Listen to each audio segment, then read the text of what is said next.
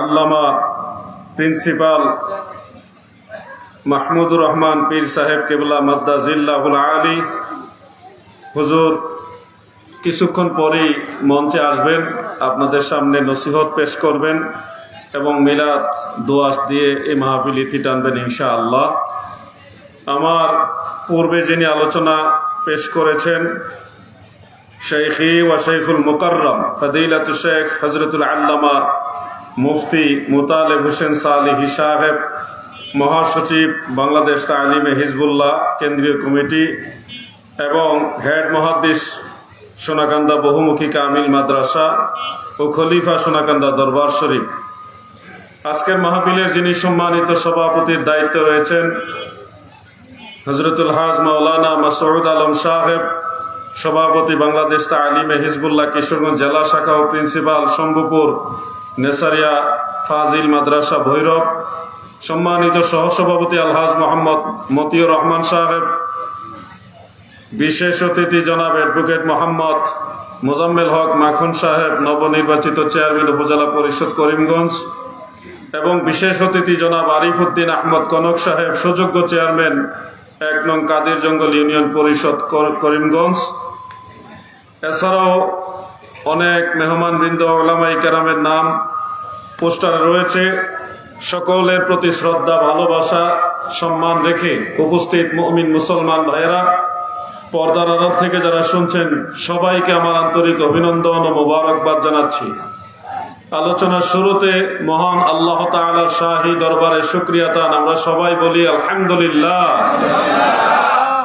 দয়াময় আল্লাহ তাআলার রহমতের দুয়ারে আরো শুকরিয়া আদায় করি যে মেহেরবান আল্লাহ দয়া করে আমাদের মতো নালায়েক, নাচিজ, অধম, অযোগ্য এই অপরাধীদেরকে তিনার হাবিব, যিনি নবীদেরও নবী, রাসূলদেরও নবী, ফেরেশতাদেরও নবী, আরশ, কুরসি, লৌহ কলমের নবী, কুল কায়নাতের নবী, আমার আল্লাহ বলে আমার নবী, সুবহানাল্লাহ, তোমার জন্যই বানায়াছে আমার আল্লাহ এই সারাটা দুনিয়া গো নবী, নবী তুমি ইমামুল আম্বিয়া, নবী তুমি ইমামুল আম্বিয়া। এমন একজন নবীর উম্মত হয়ে আপনারা খুশি না বেজার? কেমন নবী? হযরত আদম থেকে ঈসা রূহুল্লাহ পর্যন্ত সমস্ত নবীরা আমার নবীর উম্মত হওয়ার জন্য রাসূল করিম সাল্লাল্লাহু আলাইহি ওয়াসাল্লামের সৌন্দর্যে নূরে নূরান্বিত হয়ে ধন্য হওয়ার জন্য আল্লাহ তাআলার দরবারে দরখাস্ত দিয়েছেন। শেষ জামানায় ঈসা নবী দুনিয়াতে আসবেন এবং আমার নবীর উম্মতের কাতারে শামিল হবে, সুবহানাল্লাহ। এমন নবী, আমরা কতটুকুই নবীজিকে ভালোবাসি। দয়াল নবীজির একটা চুল মুবারক সংগ্রহ করার জন্য সাহাবায়ে কেরাম, একজন সাহাবী দয়াল নবীজির চুল মুবারক হজের পরে কামিয়ে দিচ্ছেন, আর অন্যান্য সাহাবায়ে কেরাম একজন আরেকজনের বাহুর সাথে এইভাবে বাহু ধাক্কা দিয়ে বলে, ভাই আমাকে আগে সুযোগ দাও। আরেকজন এইভাবে বাহুর সাথে বাহু ধাক্কা দিয়ে মহব্বতে বলতেছে, ভাই আমাকে আগে সুযোগ দাও, আমি আল্লাহর হাবিবের একটা চুল মুবারক আমি যেন সংগ্রহ করতে পারি, আমাকে সুযোগ করে দাও, সুবহানাল্লাহ। দয়াল নবী যখন ওযু করতেন, এই ওযু মুবারকের পরে যে অবশিষ্ট পানি থাকতো, এই পানিটা অনেক সাহাবীরা রোগের ঔষধ হিসেবে পান করে ফেলত। আমার দয়াল নবীজির ফসিনা মুবারক, ঘাম মুবারক, এত দামি ঘাম মুবারক যে সাহাবায়ে কেরাম মেশক আম্বরের চেয়ে আরো বেশি সুঘ্রাণ সেটা থেকে সংগ্রহ করত। আল্লাহর হাবিবের কদম মুবারকের ছোঁয়া যেখানে লেগেছে এটাই দামি হয়ে গেছে। রওজা মুবারক, আল্লাহর হাবিবের রওজা মুবারক মদিনা মুনাওয়ারায় যেটা রয়েছে, জাওয়াহিরুল বিহার কিতাবের মধ্যে বেশ কয়েক জায়গায় দেখলাম এই জায়গাটার দাম আল্লাহর আরশে আজিমের চাইতে আল্লাহর কাছে আরো বেশি, সুবহানাল্লাহ। এত দামি নবী, যেই নবীর ছোঁয়া লাগলে বাক্কা হয়ে যায় মক্কা, যেই নবীজির কদম মুবারকের ছোঁয়া লাগলে ইয়াসরিব হয়ে যায় সোনার মদিনা, সুবহানাল্লাহ বলে।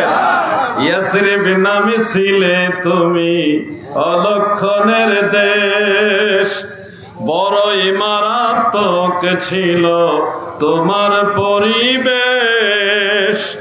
ইয়াসরিব নামে ছিলে তুমি অলক্ষণের দেশ,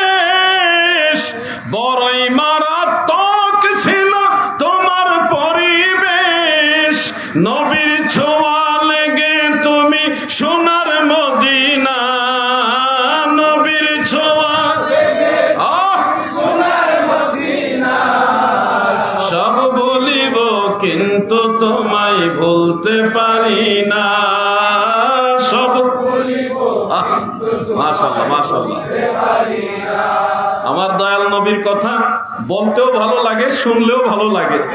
এটাই হলো নবীজির মহাব্বত।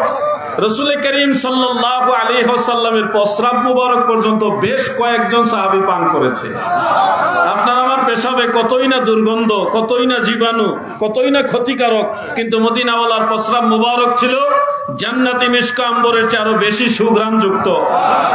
উম্মে আইমান সহ আরো কয়েকজন সাহাবী আল্লাহ রাসূলের প্রস্রাব মুবারক পান করেছেন। মাদারুজুন নবুয়তের মধ্যে শেখ আব্দুল হক মুহাদ্দিসে দেহলভী রাহমাতুল্লাহ আলাইহি তিনি উল্লেখ করেছেন, যতজন সাহাবী দয়াল নবীজির প্রস্রাব মুবারক পান করেছে, কাউকে নবীজি বলেছে তোমার পেটের মধ্যে কোনো রোগ বেমার হবে না, কাউকে নবীজি বলছে তোমার জন্য জাহান্নামের আগুন হারাম হয়ে গেছে। সুবহানাল্লাহ।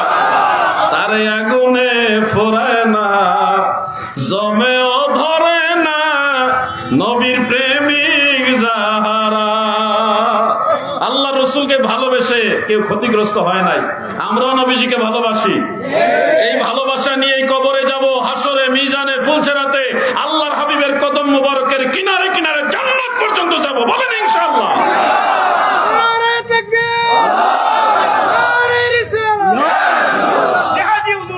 আমার নাম সোনাকান্দা দরবার শরীফ আহলে সুন্নাত ওয়াল জামাত। এই স্লোগানগুলি বেশি দিবেন, আহলে সুন্নাত ওয়াল জামাত। প্রথম স্লোগানই হলো নারায়ে তাকবীর, আল্লাহু আকবার। দ্বিতীয় স্লোগান হলো নারায়ে রিসালাত, ইয়া রাসূলুল্লাহ। তৃতীয় স্লোগান হলো আহলে সুন্নাত ওয়াল জামাত জিন্দাবাদ। আর 4 নম্বর স্লোগান হবে সোনাকান্দা দরবার শরীফ জিন্দাবাদ। যে যে দরবারের তারা ওই দরবারে স্লোগান দিবেন, কিন্তু প্রধান 3টা স্লোগান আমাদের সব সুন্নিদের। এগুলি যেন খেয়াল রাখবেন। এরপরে মন চাইছে পীর মাশায়েখের নামও স্লোগান দিবেন, কিন্তু আল্লাহ রসুল এবং আহলে সুন্নাত ওয়াল জামাত এই 3টা আমাদের সব সুন্নিদের স্লোগান। কত বুঝতেছেন আপনারা? আমি একটু দিতে চাই 3টা স্লোগান আপনাদের সবাইকে নিয়ে দিতে চাই। দিবেন? যুবক ভাইরা দিবেন? গলাটা ক্লিয়ার করেন। নারায়ে তাকবীর, আল্লাহু আকবার। এটা বাজাইলে এটা শুনি না, আরেকবার হবে। নারায়ে তাকবীর, আল্লাহু আকবার। ওই যে এরা দিছে না, আমি খেয়াল করছি। আরেকবার লাস্ট। নারায়ে তাকবীর, আল্লাহু আকবার। নারায়ে রিসালাত, ইয়া রাসূলুল্লাহ। আহলে সুন্নাত ওয়াল জামাত জিন্দাবাদ জিন্দাবাদ। সোনাকান্দা দরবার শরীফ জিন্দাবাদ জিন্দাবাদ। ওলি আল্লাহ যেখানে আমরাই সেখানে। বাস, আরো দেওয়া যাবে, কিন্তু এটুকুই ইতি রাখলাম। বন্ধুরা, ওলি আল্লাহ মানে না এরকম মানুষও আমাদের সমাজে এখনো আছে। পীর মুর্শিদ মানে না, বিভিন্ন ভাবে বিভিন্ন অ্যাঙ্গেলে কথা বলেন। কেন গো দাদু? ওলি আল্লাহর কথা তো কোরআনেও আছে, ওলি আল্লাহর কথা কোরআনে আছে, এরপরও কেন ওলি আল্লাহ সম্পর্কে আপনাদের অনীহা? এই বাংলা ভারতে ইসলাম ধর্ম ব্যাপকভাবে যারা প্রচার প্রসার করেছে তারাই তো আল্লাহর ওলিরা। তো সে ওলি আল্লাহদের কথা শুনলে খারাপ লাগে, এটা তো একটা আশ্চর্যজনক বিষয়। কেন খারাপ লাগবে আপনার? আমরা যারা মুসলমান হয়েছি, এই ভারতবর্ষের মুসলমান, অধিকাংশ মুসলমান হলো ওলি আল্লাহদের দাওয়াতের মুসলমান। সে ওলি আল্লাহদের নাম শুনলে আজকে আপনার খারাপ লাগে। হ্যাঁ, আপনি দেখছেন এক জায়গায় ভণ্ড পীর, ঠিক আছে, এরকম ভণ্ড যারা, তারা তো ওলি আল্লাহ না। ভণ্ডের পরিচয় সে ভণ্ড। ভণ্ডদের সাথে ওলি আল্লাহদের কোনো সম্পর্ক নাই। তাহলে সে ভণ্ডদেরকে দেখে ঢালাওভাবে সমস্ত ওলি আল্লাহদের নিয়ে বাজে মন্তব্য করার কোনো সুযোগ নাই। আপনি হয়তো এক জায়গায় গিয়ে দই মনে করে চুন খেয়ে ফেলছেন। চুন যখন খেয়ে ফেলছেন তখন তো আপনার মুখের অবস্থা সর্বনাশ হয়ে গেছে। এখন অন্য জায়গায় গিয়ে সত্যি সত্যি দই দেখলেও ভয় লাগে, যদিও এটা চুন না, দই দেখলেও ভয় লাগে, কারণ আপনি দই মনে করে চুন খাইছেন। এটা তো আপনার দোষ। এখন যে কোনো জায়গায় সঠিক পীর দেখলে আপনার কাছে মনে হয় এটা ভণ্ড পীর। এটা তো ওই যে চুন খাইছে, এখন দই দেখলে ভয় লাগে। আলহামদুলিল্লাহ, এই কিশোরগঞ্জের জমিনে ভিন্ন ঘরানার বেশ কিছু আলেম, যারা আল্লামা সোনাকান্দা হযরত পীর সাহেব হুজুর, যিনি আমাদের এই মাহফিলের মধ্যমণি, তিনাকে দেখতে এসে হুজুরের চেহারা দেখে, সুন্নতের আমল দেখে, চেহারা মোবারকের নূর দর্শন করে, দাড়ি মোবারক দেখে, দয়াল নবীর সুন্নতি টুপি দেখে, দয়াল নবীজির এই সুন্নতি জামা দেখে এই আলেমরা বলছে আমাদের এত কিছু জিজ্ঞাসা করার প্রয়োজন হচ্ছে না, উনাকে দেখেই বোঝা যাচ্ছে উনি মদিনাওয়ালার রঙে রঙে। তখন এই আলেমরা সবাই সোনাকান্দা হুজুরের কাছে বায়াত হয়ে গেছে। এইভাবেই মানুষ বুঝবে। দূর থেকে ঢালাওভাবে সব পীর মাশায়েখদেরকে মন্দ বলবেন না, ক্ষতিগ্রস্ত হবেন। যারা সত্যিকারের হক ওলি আল্লাহ পীর মাশায়েখ, তাদেরকে সম্মান করতে হবে। আপনি হয়তো বলবেন যে পীর মাশায়েখ এটা মানার কথা কোরআনে আছে কিনা, আমি বলবো আছে ভাই। রংপুর একবার একটা বাহাসে গিয়েছিলাম বেশ কয়েক বছর আগে, হয়তো 10 বছরের একটু কম বেশি আগে। তো সেখানে বাহাস ছিল রংপুরে আলেম সমাজ, তিনারা দাবি করেছে কোনো পীরের কাছে যাওয়া যাবে না, কোনো ওলি মানা যাবে না, সরাসরি কোরআন মানতে হবে। কথাটা সুন্দর কিন্তু উদ্দেশ্য খারাপ। করিমগঞ্জের নবীর প্রেমিকারা শোনো,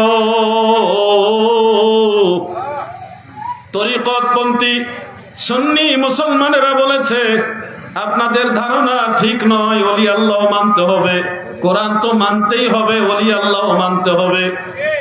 কিন্তু তারা বলেছে না, কোনো পীর ওলি মানা যাবে না, কোরআনের মধ্যে আছে শুধুমাত্র কোরআন মানতে হবে, কোনো পীর ওলি মানা যাবে না। এটা নিয়ে দুই পক্ষ হয়ে গেল, বাহাসের আয়োজন হলো, ডিক্লারেশন হয়ে গেল, প্রশাসন সহ স্থানীয় নেতৃবৃন্দ এবং জনপ্রতিনিধি যারা, তারা সবাই সম্মতি দিলেন।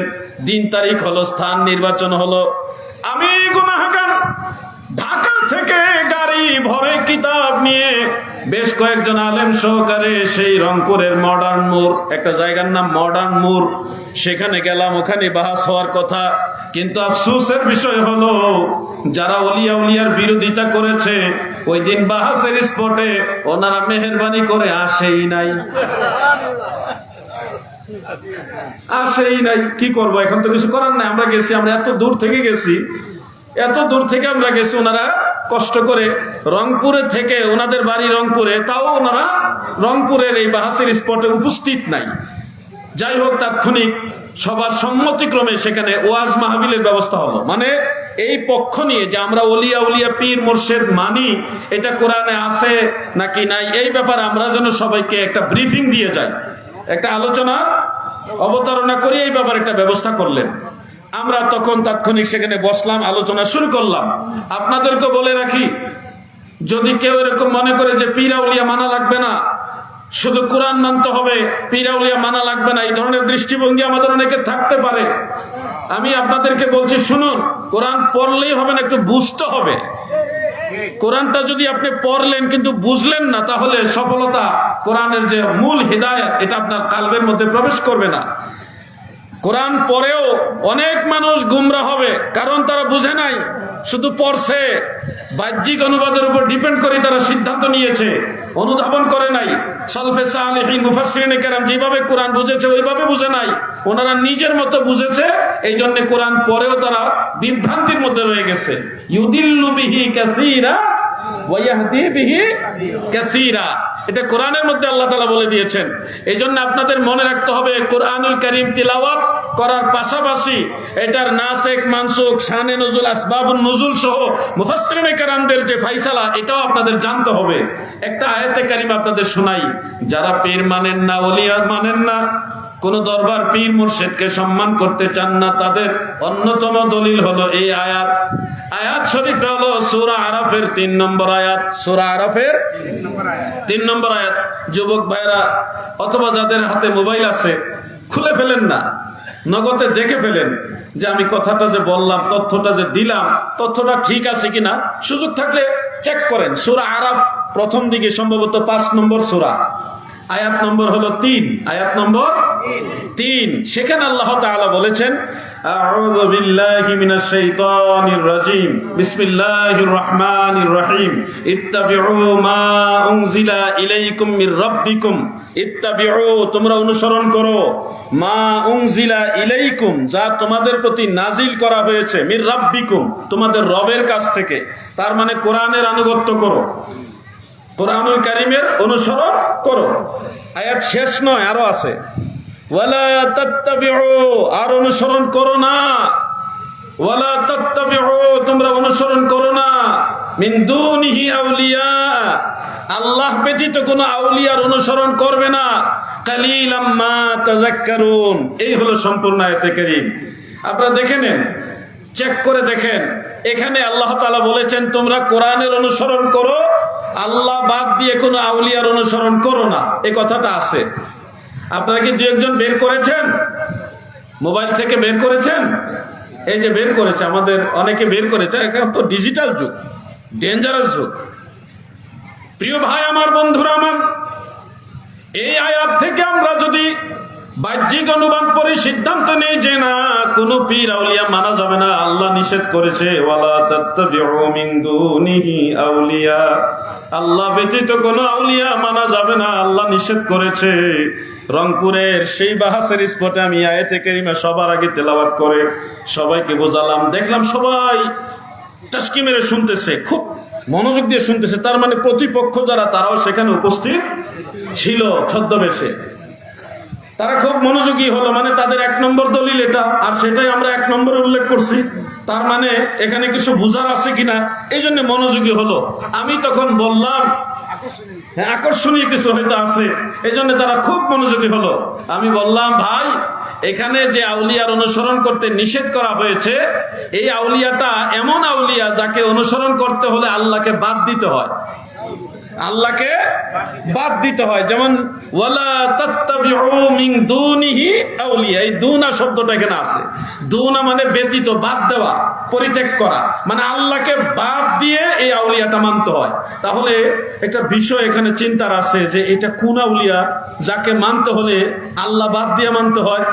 নিশ্চয়ই এখানে একটা কিন্তু আছে, একটা কিন্তু আছে। এই জন্য আপনাদের সহজ করে বোঝায়, আউলিয়া 2 প্রকার, একটা হলো আল্লাহর আউলিয়া আর একটা হলো শয়তানের আউলিয়া। এখন আল্লাহর আউলিয়া সম্পর্কেও কোরআনে আয়াত আছে, এটা আপনারা অনেকে জানেন। সূরা ইউনূস 62 নম্বর আয়াত, সূরা ইউনূসের 62 নম্বর আয়াতে আমার আল্লাহ তাআলা বলেছেন, পড়ুন বিসমিল্লাহির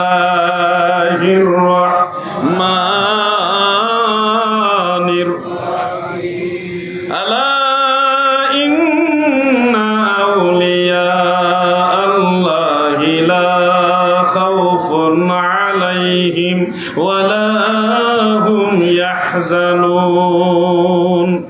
মহান আল্লাহ তাআলা বলেন, সাবধান, নিশ্চয় আল্লাহর আউলিয়া যারা গো, আল্লাহর বন্ধু যারা, এখানে একটা সম্পর্ক করে দেওয়া হয়েছে, ইন্না আউলিয়া আল্লাহ। আউলিয়া শব্দ আল্লাহর সাথে এজাফত করা হয়েছে, সম্বন্ধ করা হয়েছে। তার মানে এখানে যে আউলিয়ার কথা আলোচনা হচ্ছে, নিঃসন্দেহে এই আউলিয়াটা আমার আল্লাহর আউলিয়া। আল্লাহর আউলিয়া সম্পর্কে আমার আল্লাহ বলেন, লা খাউফুন আলাইহিম ওয়ালা হুম ইয়াহজানুন, আল্লাহর আউলিয়াদের কোনো ভয়ও নাই, চিন্তাও নাই। ঘোষণা দিলেন কে? আওয়াজটা বলেন কে? তাহলে আমরা বুঝলাম আল্লাহর আউলিয়া এটা কোন আউলিয়া?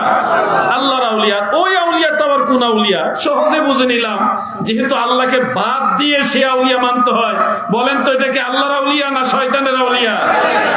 ওয়াল্লাযীনা কাফারু আউলিয়াউহুমুত তাগুত, যারা কুফরি করে, যারা কাফের, যারা ঈমান থেকে খারেজ, তাদের আউলিয়া হলো শয়তান। আল্লাহ বলেছে যারা কাফের, ঈমান হারা, বেঈমান, তাদের আউলিয়া হলো শয়তান। আমি জানতে চাই কিশোরগঞ্জের মুসলমান, আপনারা বলুন, আপনারা কি শয়তানের আউলিয়া মানেন না আল্লাহর আউলিয়া মানেন? সবাই বলেন কার আউলিয়া? তাহলে বিষয়টা ক্লিয়ার। রংপুরের ময়দানে আমি বলেছিলাম, যখন এইভাবে 4-5টা আয়াত, আমি তো এখন কমায় বললাম, ওখানে আমার নোট করা ছিল সব, 4-5টা আয়াত একসাথে আমি যখন মানুষের সামনে তুলে ধরলাম, তখন যারা বিরোধিতা করছে তারাই কয়, এই না, আমরা মৌলবীরা এটা বাটফার, আমরা ভুল শিক্ষা দিছে, তারা কোরআন দেখে আমাদের ধোঁকা দিছে। এরপরে আলহামদুলিল্লাহ রংপুরের জমিনে তরিকতপন্থীদের জোয়ার আরো বেড়ে গেছে। মারহাবা বলেন। ওলি আল্লাহ না মেনে কোথায় যাবেন? ওলি আল্লাহ এই ভারতবর্ষে এসেছে বিদায় আমরা বংশের পর বংশ, 14 পুরুষ 12 পুরুষ যত আছে, আমরা সবাই মুসলমান হয়েছি। কার ওসিলায় শিরনি খাও, মোল্লা চিনো না, তোমার অমুক দল এগুলি আবিষ্কার হয়েছে ওলি আল্লাহর এই দেশে আইসা ইসলাম প্রচার করার কারণে তারা দল বানাইতে পারছে। যদি আল্লাহর ওলিরা না আসতো, তোমার হুজুর হইতো না, তোমার দলও হইতো না। ঠিক কিনা বলে?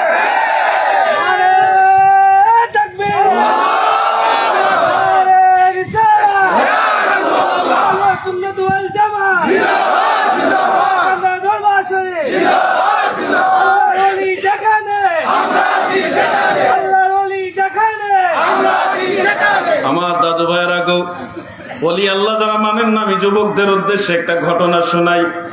ঘটনাটা আমার জীবনের সাথে সম্পৃক্ত এবং আল্লাহর কোরআন এবং হাদিসের সাথে সম্পৃক্ত। আল্লাহ পাকের অশেষ দয়ে গত বছর আমি সিরিয়ায় গিয়েছিলাম, দামেস্কে। সেখানে গিয়ে একজন আল্লাহর ওলির মাজার জিয়ারত করেছি।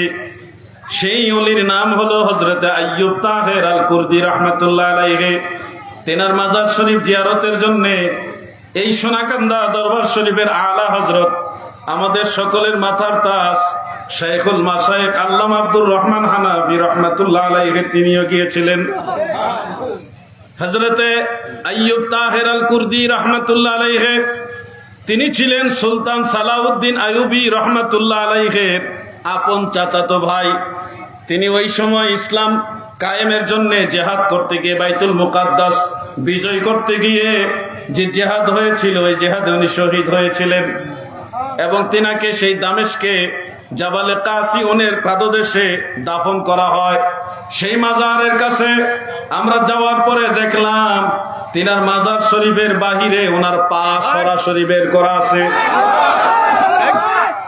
প্রিয় ভাই আমার, বন্ধুরা আমার, আল্লাহর ওলির পা মুবারক মাজার শরীফের বাহিরে, এই জিনিসটা শুনে হয়তো আমরা অনেকে ভাবতেছি এটা কিভাবে সম্ভব, অথবা অনেক ইয়াং জেনারেশন আপনারা ভাবতে পারেন যেটা মনে হয় এটা গল্প অথবা কৃত্রিম পা। এই ধরনের চিন্তাধারা আপনাদের মাথায় আসতে পারে। শুনুন, আমরা এটা নিয়ে নিজের চোখে দেখে আসছি, যাচাই করে আসছি। এটা কোনো কারো কাছ থেকে শুনে শুনে বলতেছি না।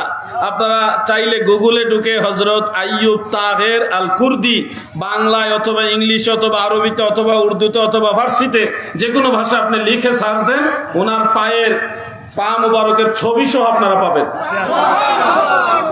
কিভাবে এই পা মুবারক মাজারের ভিতর থেকে বের হয়ে গেল, এই ঘটনাটা শোনাচ্ছে আমাদের এই ইয়াং জেনারেশন যারা আছে তাদের উদ্দেশ্যে।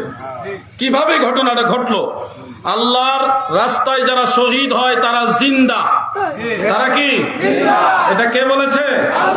ওয়ালা তাকুলু লিমান ইউকতালু ফি সাবিলিল্লাহি আমওয়াত। আল্লাহ বলেন যে আমি আল্লাহর রাস্তায় যারা শহীদ হয়, মারা যায়, কতল হয়, তাদেরকে তোমরা মৃত বলবে না, মরে গেছে বলবে না, মরা বলবে না। বাল আহইয়াউন, বরং তারা জীবিত। ওয়ালাকিন লা তাশউরুন, তোমরা বুঝো না। অন্য আয়াতে আল্লাহ বলেন বাল আহইয়াউন ইনদা রাব্বিহিম ইউরযাকুন, তারা জিন্দা এবং আমি আল্লাহর তরফ থেকে রিজিক প্রাপ্ত। সুবহানাল্লাহ বলেন। অতএব কোরআন থেকে জানলাম শহীদরা জিন্দা। শহীদরা কি? জিন্দা। তাহলে আইয়ুব তাহের আল কুর্দি রাহমাতুল্লাহ আলাইহি তিনি তো সেই বাইতুল মুকাদ্দাস বিজয় করার জন্য জিহাদের ময়দানে শাহাদাত প্রাপ্ত হয়েছিলেন। এই জন্য কোরআন অনুযায়ী উনি জিন্দা। কোরআন অনুযায়ী উনি কি? জিন্দা। ওনার মাজার শরীফ উনি জিন্দা ছিলেন। তাহলে একটা বিষয় ক্লিয়ার, পা মুবারক বের করার ঘটনাটা কখন ঘটলো? ওনাকে যখন দাফন করা হয় তখন কিন্তু ওনার পা বাহিরে ছিল না। একজন মানুষ ইন্তেকাল হলে ওনাকে মাজার বা কবরের ভিতরে রাখলে স্বাভাবিক অন্য মানুষদেরকে যেভাবে রাখে ওইভাবে আইয়ুব তাহের আল কুর্দি রাহমাতুল্লাহ আলাইহিকে রাখা হয়েছিল। মানে স্বাভাবিক একটা মাজার, বাইরে কিছু নাই, অন্যান্য মাজার যেরকম এটা এরকম ছিল। কিন্তু একটা সময় আসলো দামেস্কের, সিরিয়ার রাজধানী দামেস্ক, এই দামেস্কের গভর্নর যিনি ছিলেন, মানে মেয়র যিনি ছিলেন, উনি একটু মুসলমান হলেও একটু নাস্তিক টাইপের ছিলেন। এরকম কিন্তু আমাদের দেশেও আছে। বাইরে বাইরে মুসলমান, জন্ম হয়েছে মুসলমানের ঘরে, ঠেলাত পড়লে টুপি দিয়া মসজিদেও যায়, আবার অন্য জায়গাও যায়। এদের কোনো ধর্ম নাই, ধর্মকে তাদের স্বার্থে ইউজ করে। এই ধরনের লোক আমাদের দেশে আছে। কার উপরে গিয়ে কথা পড়ছে আমি জানি না, তবে এটা সত্য কথা। খুব মনোযোগ। এরকম একজন নাস্তিক মনা ধর্মদ্রোহী একজন মেয়র ছিল, গভর্নর ছিল দামেস্কের। তিনি দেখলেন শত শত হাজার হাজার মানুষ হযরত আইয়ুব তাহের আল কুর্দি রাহমাতুল্লাহ আলাইহির মাজারে এসে ভিড় করছে। একের পর এক মানুষ জিয়ারত করতেছে। এই জিয়ারত এত বেশি পরিমাণে হচ্ছে যে গোটা আরবের মুসলমানরা দলে দলে সেখানে গিয়ে মুসলমানরা ওনার মাজার জিয়ারত করতেছে। তো এই দৃশ্যটা এই মেয়র বা এই যে গভর্নর উনি দেখে খুব বিরক্তি প্রকাশ করে ওনার মাজারের কাছে গেলেন। ভাবলেন যে কেন ওখানে যাচ্ছে মানুষ, দেখি এখানে কি পায় তারা, কি ওখানে দেখছে, কি পাচ্ছে। এটা অনুধাবন করার জন্য এই গভর্নর ওই মাজারের কাছে গেল। গিয়ে দেখে এটা অন্য অন্য মাজারের মতো একটা মাজার। অন্য অন্য কবর যেরকম, এটাও একটা কবর, উপরে গিলাপ দেওয়া আছে, নর্মাল একটা কবরস্থান বা একটা মাজারের মতো। এখানে আলাদা এমন কিছু নাই যে এখান থেকে কিছু দিতেছে বা কেউ খাইতেছে বা স্পেশাল কিছু পাচ্ছে না। সবাই যাচ্ছে, দোয়া করতেছে, কেউ কাঁদতেছে, কেউ শিলা ধরতেছে, বিভিন্ন ভাবে এখানে যাচ্ছে, হামাগুড়ি দিয়ে হুমড়ি খেয়ে মানুষ এখানে যাচ্ছে। এখন দেখলেন এখানে কিছুই নাই, কিছু দেয়ও না, তো মানুষ কেন দলে দলে এখানে যাচ্ছে? এই দৃশ্যটা দেখে উনি বিরক্তি প্রকাশ করে বললেন, এই তোমরা এখানে কেন আসতেছো? এই লোক কবে মারা গেছে, সেই যে কবে মারা গেছে, এখন কি তার কবরে তার হাড়গুড় আছে কিনা এটাও তো ঠিক নাই। সে এখানে মরে গেছে কত বছর আগে, আর তোমরা এখানে লাইন ধরে জিয়ারত করতেছো, আসতেছো, যাচ্ছ কেন? কি পাও তোমরা? এই লোক আল্লাহর ওলি, তোমাদের কে বললো? সে তো ওলি না হয়ে চোর ডাকাতও হইতে পারে। নাউজুবিল্লাহ বললেন। এই মন্তব্যটা উনি মাজারের কাছে দাঁড়ায় করলেন। একবারে মাজারের কাছে দাঁড়িয়ে বললেন, তোমরা যে বলছো এই লোক ওলি, এই লোক অলি তো নাও হতে পারে, সে তো চোর ডাকাতও হতে পারে। যখনই কথা বলছে আল্লাহ পাকের দয়ায়, আল্লাহ পাকের প্রদত্ত ক্ষমতায় আল্লাহর অলি মাজার থেকে ওনার ডান পা মুবারক বের করে দিয়ে ওই অবস্থায় আল্লাহ প্রদত্ত ক্ষমতা একটা লাথি দিলেন এবং ওই সময় আজরাইল তার রূহ নিয়ে জাহান্নামে পৌঁছায় দিলেন। এই লোকটা ওখানেই শেষ। অলি আল্লাহদের লাথি, এটা কার পাওয়ার দেওয়া? আল্লাহর পাওয়ারের লাথি। এক লাথিয়ে জায়গায় শেষ, একবারে জাহান্নামে। এখন লোকজন এই দৃশ্য দেখা তো তাদের ইমানি বল আরো বেড়ে গেছে। তুমি বললা এই লোক চোর না ডাকাত, কে বলবে এই লোক অলি কেমনে বলেন তো? এই কথা বলার সাথে সাথে লাথি, সাথে সাথে ওই লোক মারা গেল, শেষ।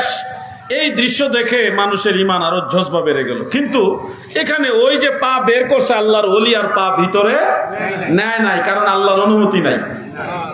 আল্লাহ এভাবেই চাইছেন, পা বের করছেন, ওই অবস্থায় এখনো পা আছে বাইরে, এখনো পা বাইরে। প্রত্যেক সপ্তাহে একবার করে ওনার পায়ের নখ মুবারক গুলি কেটে দিতে হয়, তাজা পা, তাজা। আমাদের যারা ইয়াং জেনারেশন, একটু বিদ্যুৎ মনে হয় আসছে, আমরা বিদ্যুৎ আসছে মনে হয়, একটু সুযোগ দেই, একটু দুরূদ শরীফ পড়েন। আল্লাহুম্মা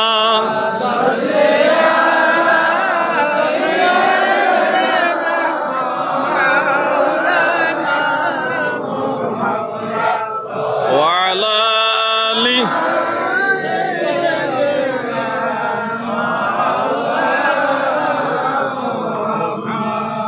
আল্লাহুম্মা সাল্লি মারহাবা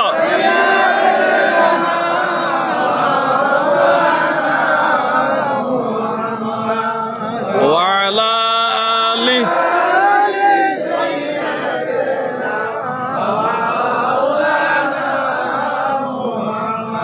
জিকির লা ইলাহা ইল্লাল্লাহ, লা ইলাহা ইল্লাল্লাহ, লা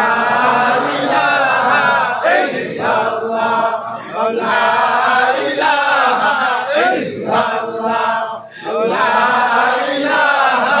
ইল্লাল্লাহ,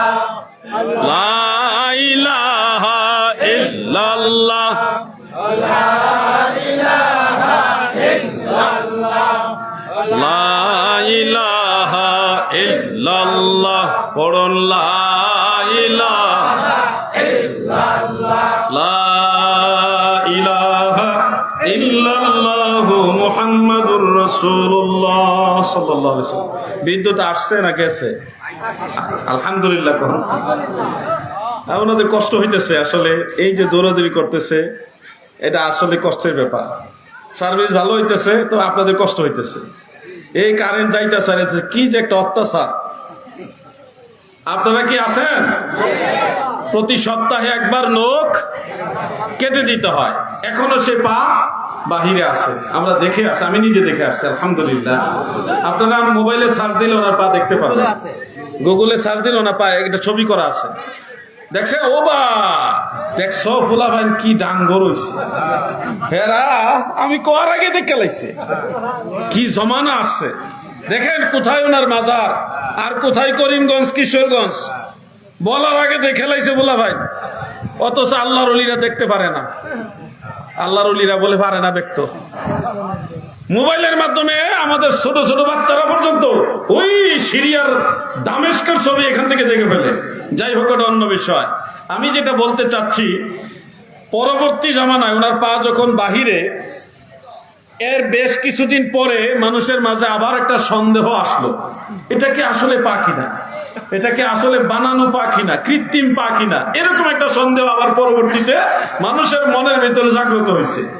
তখন কি করলো, পরবর্তী যুগে যারা মেয়র হয়েছে, গভর্নর হয়েছে, তাদের নেতৃত্বে ওই আরবের দামেস্কের বড় বড় ডাক্তার যারা, তাদেরকে ওই মাজারের কাছে নিয়ে যাওয়া হলো এবং সুই দিয়ে ওনার পায়ের আঙ্গুল মুবারকের থেকে সুই দিয়ে রক্ত সংগ্রহ করছে, কাঁচা রক্ত বের হয়েছে। সেই রক্ত আবার ল্যাবে নিয়ে গেছে, হসপিটালে ল্যাবে নিয়ে টেস্ট করছে, কইরা দেখছে এটা মানুষের রক্ত নাকি অন্য কোনো রক্ত। বেশ কয়েকবার এভাবে ট্রাই করছে, যতবার এই ট্রাই করছে ততবারই বৈজ্ঞানিক ভাবে প্রমাণিত হয়েছে এই রক্ত মানুষের রক্ত, এটা আল্লাহর ওলির পা, এটা মানুষের বানানো পা না। সুবহানাল্লাহ বলেন। কেউ বোঝে না, কেউ বুঝিতে পারে না রে ওলি আল্লাহর খেলা, ভবে কামেল পীরের খেলা। এই ঘটনাটা বলার উদ্দেশ্য হলো, যুবক ভাইদের উদ্দেশ্যে এই কথাটা আমার বলার উদ্দেশ্য হলো, ভাই অনেকেই তো পীর আউলিয়া এগুলি মানেন না, বিভিন্ন ধরনের মন্তব্য করেন। ভাই আপনারা দেখেন, এই ঘটনা থেকে আপনারা শিক্ষা নেন যে সত্যিকারের ওলি আল্লাহ আছে, এটা আপনাদের মানতে হবে ভাই। সত্যিকারের পীর মাশায়েখ আউলিয়া কেরাম যদি না থাকতো, তাহলে ইসলাম এই পর্যন্ত সঠিকভাবে আপনি পাইতেন না। আমি একজনকে কষ্ট দিব, দাদু আপনি একটু দাঁড়ান, সবাই একটু খেয়াল করেন, যুবক ভাইরা সহ। ওনার মাথায় যে টুপিটা আছে, টুপিটা রাসূল করিম সাল্লাল্লাহু আলাইহি ওয়াসাল্লামের সুন্নতি টুপি। দয়াল নবী ঠিক এই ধরনের টুপি মুবারক পরেছেন। ওনার যে দাড়ি দেখছেন, অনেকের দাড়ি তো অনেক ধরনের স্টাইল থাকে, এদিকটা কম এদিকটা বেশি, হ্যাঁ, অথবা সব দিকেই কম, বিভিন্ন স্টাইলের দাড়ি হয়তো এখানে অনেকের আছে, কিন্তু ওনার দাড়িটা ছেড়ে দিয়েছে লম্বা, দেখতেও কত সুন্দর। উনি এত লম্বা এইভাবে দাড়ি কেন রাখলেন? উত্তর হলো, আমার দয়াল নবীজি এইভাবে রাখছে, এই জন্য উনি রাখছে। এরপর ওনার পাঞ্জাবির দিকে তাকান, হ্যাঁ শুনেন, ওনার পাঞ্জাবির দিকে তাকান। আল্লাহ রসুল সাল্লাল্লাহু আলাইহি ওয়াসাল্লাম এই ধরনের পাঞ্জাবি পরেছেন, এই যে একটা বোতাম উপরে, কাপড়ের বোতাম, এই মাঝখানটা একটু কাটা, কোন সাইড কাটা নাই, সাইড কাটা আসেনি, সাইড কাটা নাই। এই ধরনের জুব্বা স্বয়ং আল্লাহ রসুল সাল্লাল্লাহু আলাইহি ওয়াসাল্লাম পরেছেন। এই যে আমি এই কয়টা জাস্ট বললাম, আরো অনেক কিছু আছে। এই যে আমলটা উনি করলেন, এটা শিক্ষা পাইছে কার কাছ থেকে? ওনার পীরের কাছ থেকে। এখন আপনি যে সমালোচনা করছেন ভাই, আপনারই তো মাথা থেকে পায়ের তলা পর্যন্ত রাসূল পাকের কয়টা সুন্নত আছে, কিন্তু সমালোচনার বেলায় কিন্তু আপনি এক নম্বর। আর যাকে আপনি ভণ্ড বলতেছেন, যে পীর মাশায়েখের বিরোধিতা করতেছেন, সে পীর মাশায়েখ তো উপরে ঊর্ধ্বের কথা, ওনার মুরিদানদের দিকে তাকায় দেখে ওনাদের মাথা থেকে পায়ের তলা পর্যন্ত আল্লাহর হাবিবের সুন্নতে ভরা, ঠিক কিনা বলে? তাহলে ভালো কারা? যারা নবীর সুন্নত তরিকায় চলে তারা ভালো, না সুন্নতের খবর নাই সমালোচনা এক নম্বর তারা ভালো? কোনটা ভালো আপনাদের? এই জন্য বলবো সমালোচনা নয়। আমাদের দেশে অনেক ভণ্ড আছে, আমরাও মানি, অনেক ভণ্ড আছে, সেগুলির প্রতিবাদ আমরা করি। সোনাকান্দা দরবার শরীফে যান, গিয়ে দেখবেন বিভিন্ন ভাবে জিকির আছে। আমি একটা জিকির দেখে খুব মুগ্ধ হয়ে গেলাম, 4 জরি জিকির, আল্লাহু আল্লাহু আল্লাহু আল্লাহ আল্লাহু আল্লাহু আল্লাহু আল্লাহ আল্লাহু আল্লাহু আল্লাহু আল্লাহ, 4 জরি জিকির চলছে। লাখ লাখ মানুষ একসাথে আল্লাহ আল্লাহ জিকির করতেছে, আল্লাহ আল্লাহ আল্লাহ আল্লাহ। একবার বলেন না, আল্লাহ আল্লাহ আল্লাহ আল্লাহ আল্লাহ আল্লাহ আল্লাহ আল্লাহ। বাস, এই যে দেখছেন সবাই মিলে এখানে না হয় 1000 2000 3000 এরকম মানুষই তো একটু কম বেশি হবে। এই মানুষগুলি যে একসাথে এইভাবে ডাকছে কত সুন্দর লাগছে। আর সোনাকান্দা দরবার শরীফে লক্ষ লক্ষ মানুষ একসাথে এইভাবে জিকির করে তখন কত সুন্দর লাগে দেখবেন, গিয়ে দেখবেন। এই যে জিকির চলছে, আবার অনেক জাতের জিকির আছে অনেক পীরের কাছে, তারাও আবার সাইনবোর্ড লাগেছে পীর, পীরে কামেল। তাদের কাছে গেলে জিকির পাইবেন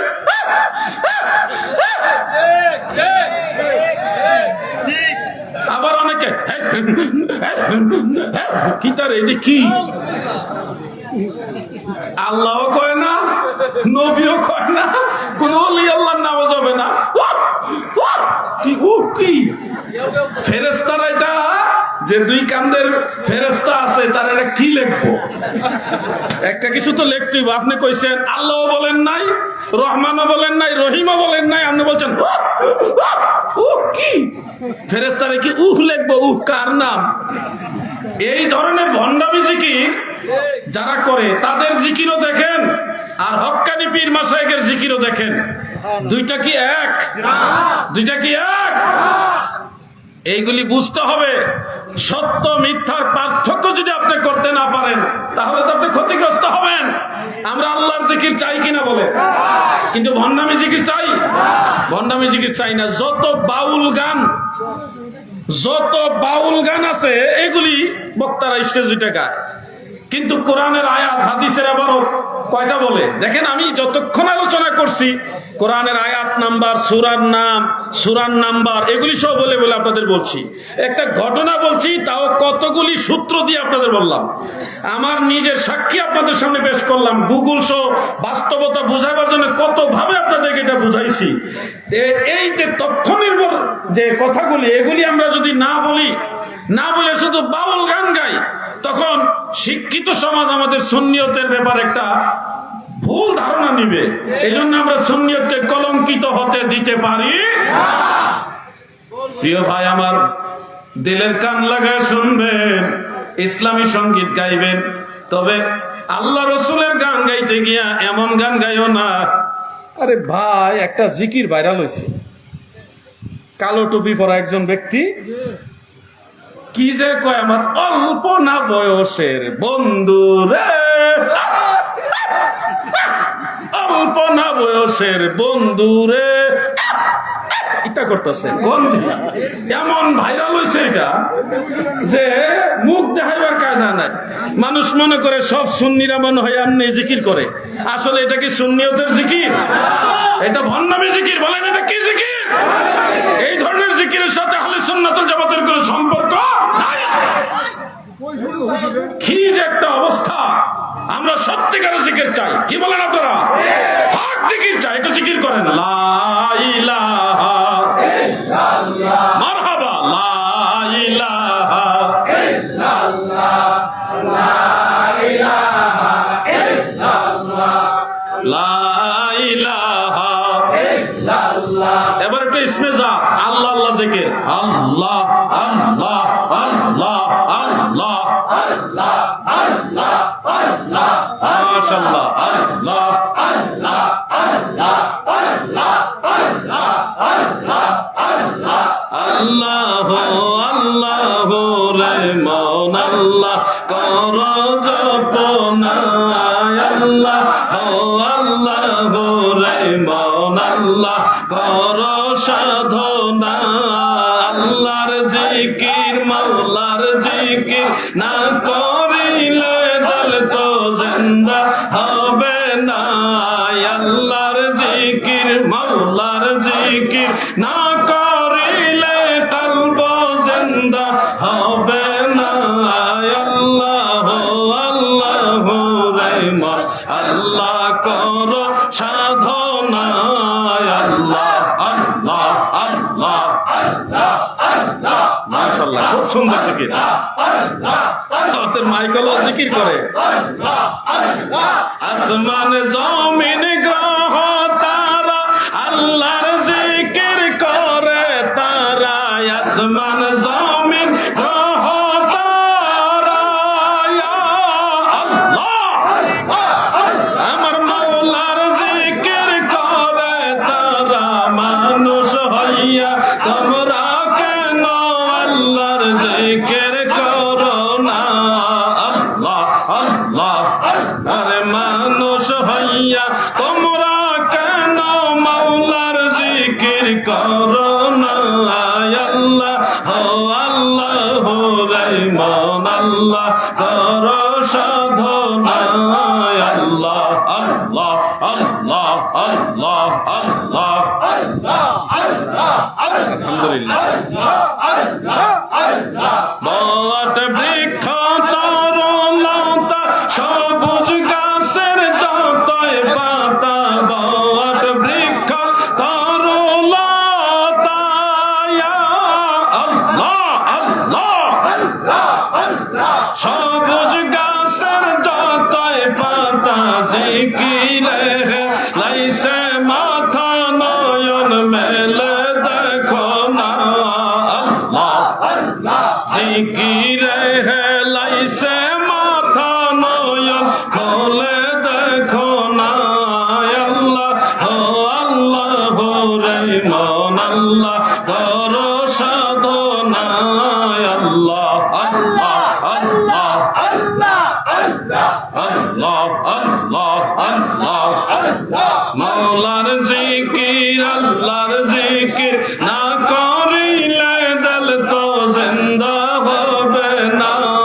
আল্লাহ আমার আল্লাহর জিকির না করিলে কলব জিন্দা হবে না। আল্লাহ ও আল্লাহ রহমান আল্লাহ করো সাধনা। আল্লাহ আল্লাহ আল্লাহ আল্লাহ আল্লাহ আল্লাহ লা ইলাহা ইল্লাল্লাহ মুহাম্মাদুর রাসূলুল্লাহ। সঠিক জিকির কিভাবে করতে হয় একটু দেখানোর জন্য আপনাদেরকে সবাইকে নিয়ে একটু জিকির করলাম। জিকির করে শান্তি লাগছে? আমরা আল্লাহ জিকির করি, এক জড়ি, দুই জড়ি, তিন জড়ি, চার জড়ি, আরো উপরের জিকির আছে, এগুলি আমরা করি। নফি আসবাতের জিকির আছে, সুলতানুল আজকারের জিকির আছে, অনেক জিকির আছে, এগুলি আমরা করি, নিয়ম আছে। এখন সঠিকভাবে জিকির না কইরা আপনি এমন কায়দায় জিকির করলেন, জিকির তো হইলই না, উল্টা আরো সুন্নিয়তের বদনাম হইল। এগুলি আমরা চাই না, এই বদনামটা আমরা চাই না, কিন্তু আমরা আল্লাহর জিকির চাই। আপনারা কি বলেন? আমরা আল্লাহর জিকির। যুবক ভাইদেরকে আমি জিজ্ঞাসা করি, এই যে তামাশা হয় জিকিরের নামে, এই যে জিকিরের নামে বিকৃত আওয়াজ, কি বলে সে নিজেও জানে না কি বলতেছে। এই ধরনের বিকৃত আওয়াজের জিকির আপনারা যুব সমাজ চাননি? সবাই বলেন চান? তাহলে যুবকদেরকে আমি স্পেশাল দাওয়াত দিয়ে গেলাম, সোনাকান্দা দরবার শরীফে আসেন, ফুলতলি দরবার শরীফে যাবেন, সিলেট, আরো অনেক হক দরবার আছে। আমি কয়টার নাম বলবো আর কয়টার বাদ দিব, কোনোটা বাদ দেওয়ার দরকার নাই। সকল হক দরবারে যাবেন, গিয়ে দেখবেন কি সুন্দর জিকির করে। আর জিকিরের নামে যেগুলি হেক্কুর হুক্কুর করে, কি কয় সে নিজেও জানে না, এই ধরনের ব্যক্তিদের থেকে দূরে থাকেন। আমাদের যুব সমাজকে আমি বিশেষ করে এই কথাগুলি বলে যাচ্ছি। আপনারা যদি সচেতন হন, আগামীর বাংলাদেশ সুন্নি জামাতের বাংলাদেশ হবে। আমি আমার আলোচনার ধারাবাহিকতায় সামনের দিকে যাই। আল্লাহর ওলিদেরকে মানতে হবে। ওলি আল্লাহ দুই রকম, আউলিয়া দুই রকম। একটা হলো আউলিয়া মানে আল্লাহর আউলিয়া, আর একটা হলো শয়তানের আউলিয়া। মনে আছে তো আপনাদের আলোচনা? এই দুই ধরনের আউলিয়া সারা পৃথিবীতে ছিল এবং আছে। আপনাদের একটা সুসংবাদ দিচ্ছি, আমাদের এই মাহফিলের মধ্যমণি প্রধান অতিথি, আমাদের সকলের মাথার তাজ, পীরে তরিকত, रहनुमाए शरियत, हादिए दीन व मिल्लत, शेखी व शेखुल मुकर्रम हजरतुल हाज अल्लामा प्रिंसिपल महमूदुर रहमान पीर साहेब केबला সোনাকান্দা দরবার শরীফ হুজুর কেবলা মাহফিলের মধ্যে উপস্থিত হয়েছেন। আলহামদুলিল্লাহ। তিনি কিছুক্ষণ পরে মঞ্চে আসবেন। জার্নি করে আসেন, হুজুর হয়তো কিছুক্ষণ চা পানি একটু বিশ্রাম নিয়ে মঞ্চে আসার সাথে সাথে আমরা হুজুরের জবান থেকে নসিহত শুনবো ইনশাআল্লাহ। হুজুরের সাথে আখেরি মোনাজাত করে তারপর এখান থেকে যাব। শুনুন, ফিতনার জমানা, অনেকের অনেক ধরনের দাবি, অনেক ধরনের কথা। আমি স্টেজে আসার মাঝে বেশ কিছু মানুষের বেশ কিছু দাবি, কিন্তু আজকে সবার দাবি নিয়ে আমি আলোচনা করব না। আজকে শুধু পীর মাশায়েখ ওলিয়া উলিয়া নিয়ে কথা বলবো, তরিকত তাসাউফ নিয়ে কথা বলবো। তাসাউফ মানে না এমন লোকেরও আবির্ভাব হয়েছে আমাদের দেশে, বলে তাসাউফ এটা কোরআন হাদিসের সাথে এটার কোনো সম্পর্ক না, এটা মানুষের বানানো। তারা এলমে বাতেন মানে না, এলমে লাদুন্নি, এলমে আসরার, একটা বাতিনি বিদ্যা আছে, এই জিনিসটা তারা স্বীকার করে না। এমনকি তারা বলে মারেফত বলতে কিছুই নাই। এই ধরনের অনেক ব্যক্তি আবির্ভূত হয়েছে, এরা বিভ্রান্ত। মনে রাখবেন, এলমে মারেফতও আছে, এলমে বাতেনও আছে। এই বিশ্বাস থেকে দূরে যারা যায় তারা ইসলাম বুঝে না, তারা কোরআনের সঠিক মর্ম বুঝে না। আপনারা কি খাজা খিজির আলাইহিস সালামের নাম শুনেছেন? জমহুর মুফাসসিরিন কেরাম ওনাকে নবী এবং ওলি দুইটাই বলেছেন। তিনি যেমনি ভাবে ওলি ছিলেন তেমনি ভাবে নবীও ছিলেন। প্রত্যেক নবী ওলি, কিন্তু প্রত্যেক ওলি নবী না। খাজা খিজির আলাইহিস সালাম নবীও ছিলেন, ওলিও ছিলেন। মুসা আলাইহিস সালাম খিজির আলাইহিস সালামের কাছে গিয়েছিলেন কেন, এটা আমাদের কম বেশি সবারই জানা আছে।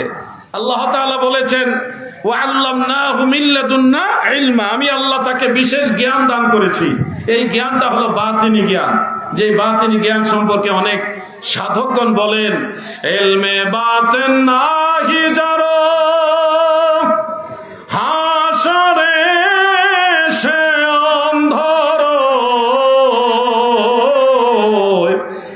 ইলমে বাতিন নাহি যারো হাসরে সে অন্ধর, এশকে নবী নাহি যারো দোজখেতে সেই তরয়, এশকে নবী নাহি যারো দোজখেতে সেই তরয়। প্রিয় ভাই আমার, প্রিয় নবীজি, আমাদের দয়াল নবীজি হাদিসে মুস্তাফার মধ্যে বলেছেন, মিশকাত শরীফের বাবুল ইলমের মধ্যে উল্লেখ, আমার নবীজি বলেন, ক্বালা রাসূলুল্লাহ সাল্লাল্লাহু আলাইহি ওয়াসাল্লাম, আল ইলমু ইলমানে ফাইলমু ফিল কলবি ফাযাকা ইলমুন নাফি'। আমার নবীজি বলেন, ইলম দুই প্রকার গো, ফাযাকা ইলমুন নাফি' বলতে আমার নবী বলেন একটা উপকারী ইলম আছে যেটা দুনিয়া আখিরাতে আপনার উপকারে আসবে। এই উপকারী ইলমটা থাকে ফাইলমু ফিল কলব, এটা কালবের ভিতরে থাকে। কোথায় থাকে বলেন না, কোথায় থাকে? কালবের ভিতরে থাকে। এবার বুখারী শরীফ খুলুন, সহিহ বুখারী আল মুজাল্লাদুল আউয়াল 7ম পৃষ্ঠা 7 নম্বর পৃষ্ঠায় তরজমাতুল বাবের মধ্যে ইমাম আবু আব্দুল্লাহ মুহাম্মদ ইবনে ইসমাইল বুখারী রাহমাতুল্লাহ আলাইহি তিনি লিখেছেন, বাবু কাউলিন নবী সাল্লাল্লাহু আলাইহি ওয়াসাল্লাম, আনা আ'লামুকুম বিল্লাহ ওয়া আন্নাল মা'রিফাতা ফিলুল কলব। সুবহানাল্লাহ বলেন। আমার দয়াল নবী বলেন, উম্মতেরা শোনো, আমি তোমাদের সবার চাইতে আল্লাহকে বেশি জানি। তোমাদের সবার চাইতে আমার আল্লাহকে, আমি রাসূলুল্লাহ বেশি জানি। ওয়া আন্নাল মা'রিফাতা ফিলুল কলব, মারিফত হলো কালবের ক্রিয়া। মারিফত কালবের মধ্যে ক্রিয়া করে কার্যকর হয়। তার মানে কালবের মধ্যে যে বিদ্যাটা থাকে, হাদিসের ভাষায় এটা হলো ইলমে মারিফত। তাহলে আমরা দেখলাম বুখারী শরীফ সহ সহিহ হাদিসে, বহু হাদিসে আমার নবীজির হাদিস থেকে বোঝা যায় ইলমে মারিফত, ইলমে বাতিন আছে। তা আমাদের যারা লিটারেট পারসন, ইদানিং যারা অনেকে বলা বলি করছেন যে আমরা কোরআন মানি, হাদিস মানি, কোনো মারিফত মানি না, ইলমে বাতিন মানি না, আপনাদের দাবির সাথে বাস্তবতার মিল নাই। কারণ কোরআন এবং হাদিস থেকে ইলমে মারিফতের প্রমাণ পাওয়া যায়। তা আপনি বলছেন কোরআন হাদিস মানি, মারিফত মানি না, তাহলে বিষয়টা এমন হলো বিচার মানি তাল গাছ আমার, এটা তো হইল না ভাই। কোরআন হাদিস যারা মানে তারা ইলমে মারিফত মানে, আর যারা ইলমে মারিফত মানে তারা কোরআন হাদিসও মানে। যারা কোরআন হাদিসের দোহাই দেয়, ইলমে ইলমে মারিফত মানে না, এরা কোরআন পড়ে কিন্তু বোঝে না। কথাগুলি বুঝতেছেন আপনারা? অনেক লোক আছে, ইদানিং আরেকটা গান ভাইরাল হইছে, গান, আমি তো আবার গান টান পারি না, শুনলাম আলেম ওলামারা ব্যাপকভাবে এটা নিয়ে কথাবার্তা বলেছেন। তো একজন ব্যক্তি, আমি নাম বলে মেনশন করে সাধারণত কোথাও সমালোচনা করি না, আপনাদেরকে সচেতন করার জন্য এই কথাটা উত্থাপন করছি। একটা সঙ্গীত বা গান একজন বলেছে, এটা নিয়ে সারা দেশে মোটামুটি এখানেও অনেক মানুষ থাকতে পারে যারা এটা নিয়ে বিভ্রান্তির মধ্যে পড়ে গেছে। কি বলেছে তোমার পীর, কি বলেছে আকাবির, এরকম একটা গান। এসব কিচ্ছা ছাড়ো, কোরআন হাদিস ধরো, এরকম একটা সঙ্গীত। আমি তো গান পারি না, যদ্দুর মনে আছে বললাম। তো এই যে কথাটা শুনতে ভালো লাগে কিন্তু উদ্দেশ্যটা ভালো না। কি বলেছে তোমার পীর, কি বলেছে আকাবির, এসব কিচ্ছা ছাড়ো, কোরআন হাদিস ধরো। কথাটা বাহ্য তো সুন্দর কিন্তু উদ্দেশ্য খারাপ। আচ্ছা, আপনারা ডাইরেক্ট কোরআন নিজে নিজে বুঝছেন না উস্তাদের মাধ্যমে বুঝছেন? তো আকাবির কি? আকাবির কি খায় না পড়ে? আকাবির মানে হলো যাদের মাধ্যমে কোরআন হাদিস বুঝেছি আমরা, যারা আমাদেরকে ইসলাম বুঝাইছে, যারা আল্লাহর কোরআন বুঝাইছে, যারা আল্লাহ রাসূলের হাদিস শিখাইছে, যারা জান্নাতের পথ দেখাইছে, যারা মদিনাওয়ালার তরিকা শিখাইছে, তাদেরকে তো আকাবির বলা হয়। ঠিক কিনা বলেন? আজকে আপনি বলছেন আকাবির লাগবে না, আপনি তাহলে ইসলাম কোথায় পেলেন? আপনার কাছে কি ডাইরেক্ট ইসলাম আসছে? ইসলাম তো অবশ্যই ডাইরেক্ট আসে নাই। 1450 বছরে পীর, মাশায়েখ, উলামা, ফুজালা, ফুকাহা, খুলাফা, সুলাফা, আইম্মা, আউলিয়া, তিনাদের মাধ্যমেই তো পর্যন্ত ইসলাম আসছে। আর ইনাদেরকে বলা হয় আকাবির। ইনাদেরকে কি বলা হয়? আকাবির। এখন যিনি এই সঙ্গীতটা গাইছে উনি হলো আবুল আলা মওদুদী সাহেবের ভক্ত, অনুসারী। তো এখন আমরা যদি আমাদের পীর আকাবিরদের বাদ দেই, তাহলে উনিও তো মওদুদী সাহেবের বাদ দেওয়া লাগবে। উনার গজলে তো উনি ধরা, উনার সঙ্গীতে উনি তো ধরা। উনি তো ইবনে তাইমিয়াকে মানতে পারবে না, উনার দলের যত ইবনে আব্দুল ওয়াহাব নজদি তাকেও মানতে পারবে না। আমি যদি পীর আউলিয়া না মানতে পারি, তুমি কেন মওদুদীকে মানবে? এই জন্য বলবো, কোরআন হাদিসের সঠিক শিক্ষা হলো আপনি ডাইরেক্ট নিজে নিজে কোরআন মানলে হবে না। সালফে সালেহিন, আইম্মায়ে কেরাম, আকাবির যেভাবে কোরআন হাদিস মেনেছে আপনাকে ওইভাবে মানতে হবে। আপনি যদি আলগা মানুন্য হন তাহলে বেজালে পড়বেন। আলগা মানুন্য হইলে হবে না। আগের তারা যেমনে আমরাও যাব হেমনে, এটা সূরা ফাতিহার শিক্ষা। আমি একবারে খাস আমাদের আঞ্চলিক ভাষায় বললাম, আগের তারা যেমনে আমরাও হেমনে, এটা সূরা ফাতিহার শিক্ষা। আমার সাথে বলুন, ইহদিনাস সিরাতাল মুস্তাকিম সিরাতাল্লাযিনা আন'আমতা আলাইহিম। হুজুর চলে আসছে, জোরে জোরে তাকবীর লাগান। নারায়ে তাকবীর, নারায়ে তাকবীর। পিতাব কেবলা আগমন, পিতাব কেবলা আগমন, আল্লাহর ওলির আগমন, আল্লাহর ওলির আগমন, আল্লাহর ওলির আগমন, পিতাব কেবলা আগমন, পিতাব কেবলা আগমন, আল্লাহর ওলির আগমন, আল্লাহর ওলির আগমন, পিতাব কেবলার আগমন। নারায়ে তাকবীর, নারায়ে তাকবীর। সুরাকান্ত দরবার শরীফ জিন্দাবাদ, সুরাকান্ত দরবার শরীফ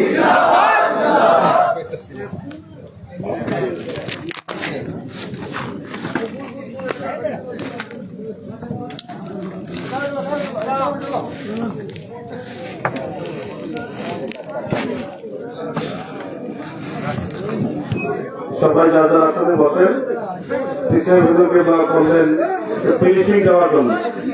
আসলে আল্লাহর ওলি, আওলাদের ওলি হুজুর আমাদের মঞ্চ উপবিষ্ট হয়েছেন। দেখেন হুজুরের দিকে তাকায় দেখেন কোনো কাপড়ের বিলাসিতা নাই, একেবারে একজন সাদা সিধা মানুষ, একেবারেই সাধারণ কাপড়। দেখেন আমাদের দেশে অনেক রকমের ঠিক আছে, হুজুরের দিকে তাকায় দেখেন আমি দেখেছি অনেকে মেকআপ করে স্টেজে যায়, কিন্তু হুজুর থেকে তাকে দেখেন বিনা মেকআপে হুজুরের চেহারার মধ্যে নূর, কত সুন্দর লাগে। এটাই তো ইমানি নূর। এই জন্য পীর চিনতে, কামেল পীর চিনতে আপনাকে বেশি কষ্ট করতে হবে না। যার চেহারার দিকে তাকাইলে আল্লাহর কথা মনে পড়ে, রসুলের পাকের সুন্নতের দৃশ্যমান হয়, সেই লোক হলো নিঃসন্দেহে আল্লাহর ওলি। এটা হাদিসের শিক্ষা।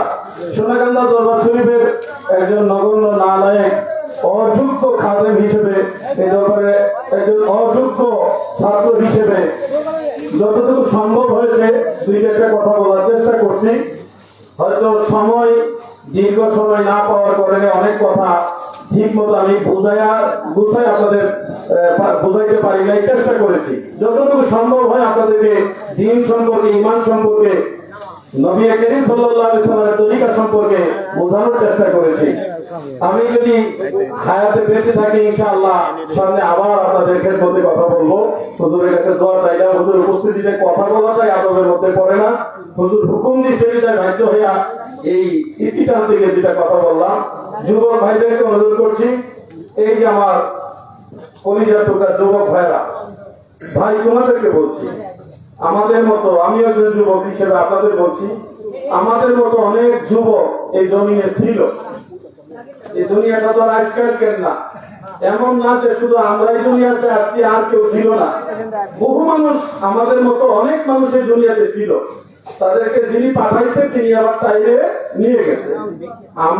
আমরা যারা আছি আমাদেরকে একটা সময় আল্লাহ নিয়ে যাবে, আমরা কেউ থাকতে পারবো না। এই আসা যাওয়ার মাঝখানে আমাদের একটা দায়িত্ব আছে। এই দায়িত্বটা যদি ঠিক মতো আপনি আদায় করতে না পারে, তাহলে কিন্তু আখিরাতের জিন্দেগি আমাদের সবার জন্য কঠিন হবে। সেই আখিরাতের কথাটা স্মরণে রাখবেন। একজন কামেল পীরের কাছে বায়াত হন। যুব সমাজকে বলছি, বাউল গান গাইতেছে, ভালো পাগড়ি বানতে পারে, রঙ্গিলা পাগড়ি, বাহারি পাগড়ি, আর গান বাউল গান এগুলি থেকে তোমরা দৌড়ায় না, কামেল পীরের সহবতে যাও, কামেল পীরের সহবতে যাও। আল্লাহ রসুলের হাদিস থেকে প্রমাণিত হয়েছে, এই কামেল পীর মাশায়েখদেরকে আখিরাতে আমার দয়াল নবীজির উসিলায় আল্লাহ তাআলা বলবে, তোমরা তোমাদের অনুসারীদেরকে সুপারিশ করো, আমি আল্লাহর কাছে সুপারিশ করে তাদেরকে তোমাদের সাথে জান্নাতে নিয়ে যাও। এই জন্য কামেল মুকাম্মেল পীর যারা, তাদের সাথে সম্পর্ক রাখলেও লাভ আছে। আমি যুব সমাজকে বলছি, ডাইনে বাবার বহুত পীর আছে, বহুত পীর আছে, নামাজও পড়ে না। এই ধরনের ব্যক্তিদের কাছে যাবেন না। অনেক পীর আছে মহিলাদের, আমি বাস্তব কথা বলতেছি, মহিলাদের আর পুরুষদের একসাথে নিয়ে জিকির করাই, শরীয়ত বিরোধী মজলিসে থাকে। এই ধরনের ভণ্ড পীর যারা, তাদের সাথে যায় না যুবক ভাইরা। দুনিয়া তো ধ্বংস হয় না, আখিরাত তো ধ্বংস হবে। কামেল পীর, আমি বলছি না সবাই সোনাকান্দা চলে আসেন, আমি এরকম বলছি, আমি বলছি কামেল পীর দেখে, আল্লাহর ওলি দেখে, যার মাঝে আকীদাও সঠিক, আমলও সুন্নত নবীর, যে একজন কামেল পীরের কাছে বায়াত করো।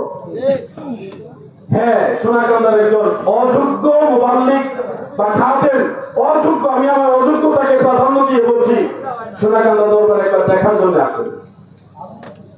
মুরিদ হওয়া না হওয়া আপনার ইচ্ছা, একবার দেখার জন্য আসবেন। একবার দেখেন এখানে কি গান বাজনা, নাচানাচি, ফালাফালি, ভণ্ডামি, নারী পুরুষ একসাথে নিজ হওয়া, বা মাজার ব্যবসা, মাজার দিয়া ব্যবসা, বুঝতেছেন তো আপনারা? এগুলি আছে কিনা দেখেন। আমি আপনাদের বলছি, জিম্মেদারি নিয়ে বলছি, আমি জিম্মেদারি নিয়ে বলছি, সোনাকান্দা দরবার শরীফ গেলে আপনি পরিবর্তন হয়ে যাবেন ইনশাআল্লাহ।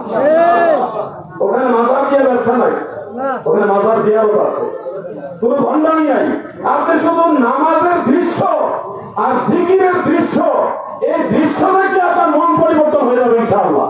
একবার হলেও দেখার জন্য সোনাকান্দা দরবার শরীফ আসবেন। অন্যান্য হক দরবারে যাবেন, সমস্ত হক দরবার মূলত এক।